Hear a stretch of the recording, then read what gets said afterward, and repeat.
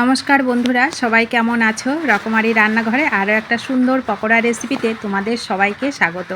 আজকে দারুণ স্বাদের একটা পকোড়া রেসিপি তোমাদের সঙ্গে শেয়ার করব, যেটা খেতে অসম্ভব মজার হয়। তারপরে যদি হয় বাইরে বৃষ্টির ওয়েদার, দেখো আজকে রবিবার দিন হঠাৎই বিকেলবেলা বৃষ্টি নামলো।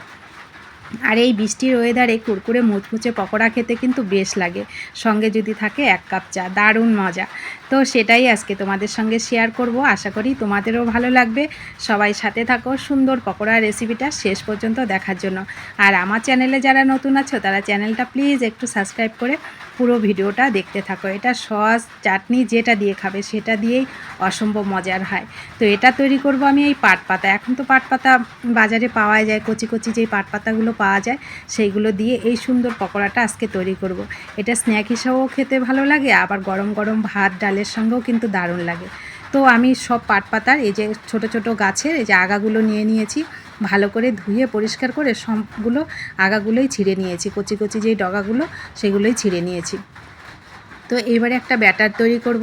আজকে আর আমার হাতে বেসন ছিল না হাতের কাছে, তো এই বৃষ্টির দিনে কি করব, 3 চামচ মতন আটা নিয়ে নিলাম আর 3 চামচ মতন চালের গুঁড়ো নিলাম। এর মধ্যে 1 চামচ মতন দিলাম রসুন গ্রেট করে নিলাম আর আদা গ্রেট করে নিলাম, 2 চামচ মতন দিলাম পেঁয়াজ গ্রেট করে।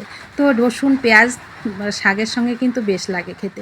পরিমাণ মতো লবণ আর হলুদ দিলাম, আর একটু ঝালের জন্য লঙ্কার গুঁড়ো দিলাম, 1 চিমটে সোডা দিলাম, বেশ কুরকুরে মুচমুচে হবে। তার সঙ্গে একটু কালো জিরাটাও হাতে ডলে দিলাম, হাতে ডলে দিলে কালো জিরের ফ্লেভারটা কিন্তু খুব সুন্দর হয়। আর যে কোনো শাকের সাথে রসুন পেঁয়াজ কালো জিরাটা কিন্তু খুব যায়, দিলে খুব ভালো লাগে।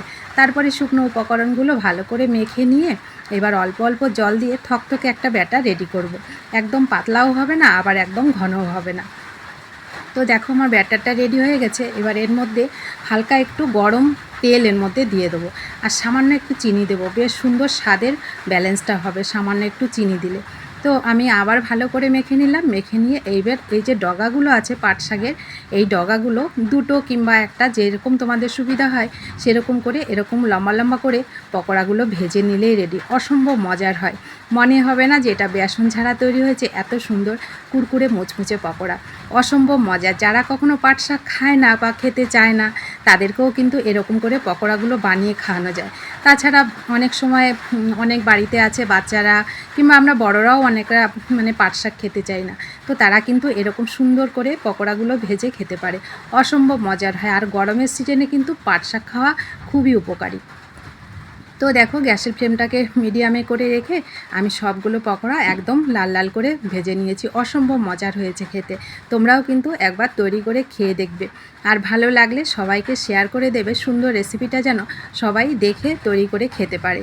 আর ইউটিউব থেকে দেখলে ইউটিউব চ্যানেলটা প্লিজ একটু সাবস্ক্রাইব করে পুরো ভিডিওটা দেখবে আর একটু কমেন্ট করবে। তোমরা কমেন্ট না করলে বুঝতে পারি না তোমরা আমার ভিডিওগুলো কেমন পছন্দ করো।